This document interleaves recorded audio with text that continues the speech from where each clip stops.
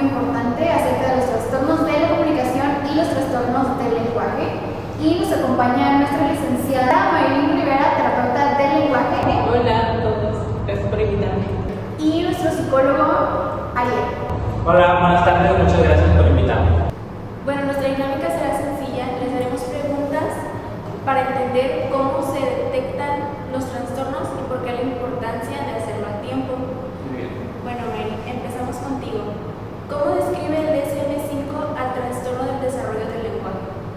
Bueno, pues el DSM-5 nos dice que es un trastorno que afecta cómo el niño adquiere y usa el lenguaje. Puede ser el lenguaje receptivo o expresivo. Les afecta como en las oraciones, en el vocabulario, en la comprensión.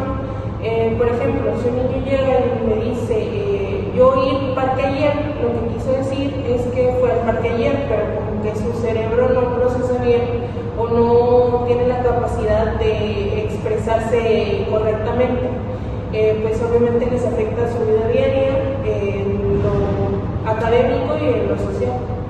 Excelente. Entonces, básicamente esto más que nada afecta en la estructura del mensaje. Ya veo. Bueno, entonces ahora pasamos contigo, Ariel. Es una pregunta que, bueno, es para describir el trastorno. ¿Y qué nos puedes hablar del trastorno de la comunicación social o pragmático? Ok, lo dice en el mismo nombre, comunicación social, o sea que interfiere en, ya cuando el niño se trata de comunicar en sociedad, que empieza por no entender muy bien las normas sociales, empieza también por cuando juegan a hacer chistes, el niño no comprende bien, es como muy literal, batalla mucho con la socialización en ese aspecto. En parte, cuando el niño empieza a hacer amigos, o sea, empieza a exigirle ya a la sociedad el que él se comunique bien, no respeta turnos, el niño no puede, no regula muy bien su voz, él la levanta mucho o habla muy bajito, sí, empieza a batallar mucho con la socialización. Ok, entiendo que esto básicamente es la dinámica que el niño tiene con el entorno social, o sea, cómo él se desenvuelve. Perfecto. Mary, ¿nos podrías platicar cuál sería la diferencia más importante entre estos dos trastornos? Claro, mire, el TDL afecta la estructura del lenguaje, el cómo formulan las oraciones, y el pragmático lo que hace es, como decía el colega, El cómo lo hace. el cómo lo hace, exacto. Uno prácticamente es cómo yo me expreso, el cómo formulo las oraciones, como ya decía, y el otro es cómo me desarrollo ya en una conversación con alguien. Ok, sí, es muy diferente. Ahora me gustaría saber, Ariel, ¿cuándo suelen notar los padres estos problemas?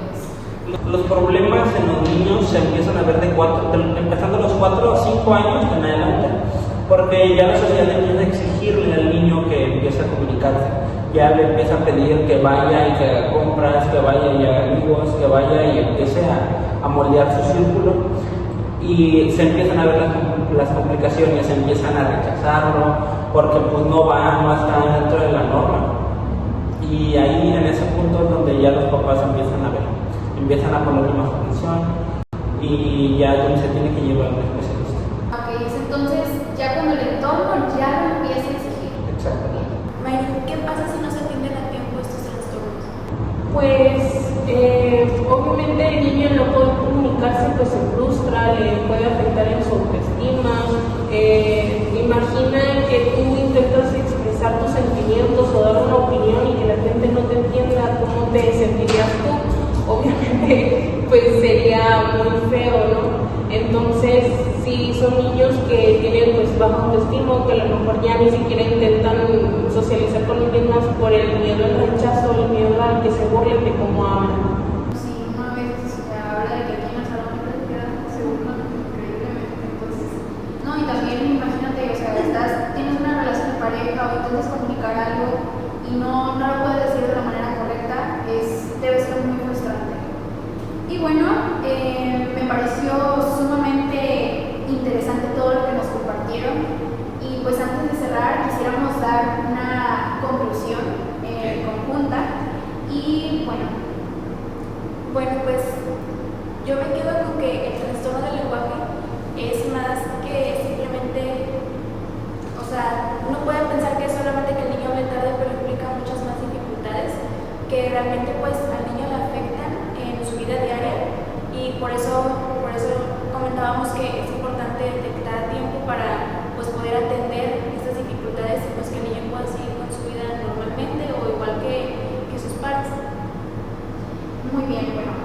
La verdad es que de esto sí me llevo mucho aprendizaje. No niego que antes de que ustedes llegaran aquí a este podcast, sí, no pude evitar informarme un poco, o sea, acerca del tema. Está muy interesante, porque bueno, o sea, me preguntaba cuál es la diferencia entre comunicación y lenguaje, pero realmente pues sí, o sea, sí hay una gran diferencia. Yo de lo que me quedo es más que nada la diferencia entre el lenguaje, o sea, el trastorno del lenguaje es la estructura y el social es cómo me desenvuelvo en ese entorno y hasta qué punto ellos empiezan a exigirles eso, pues ya hasta que el entorno les empieza a exigir es cuando ellos ya, cuando la gente ya se da cuenta de este trastorno.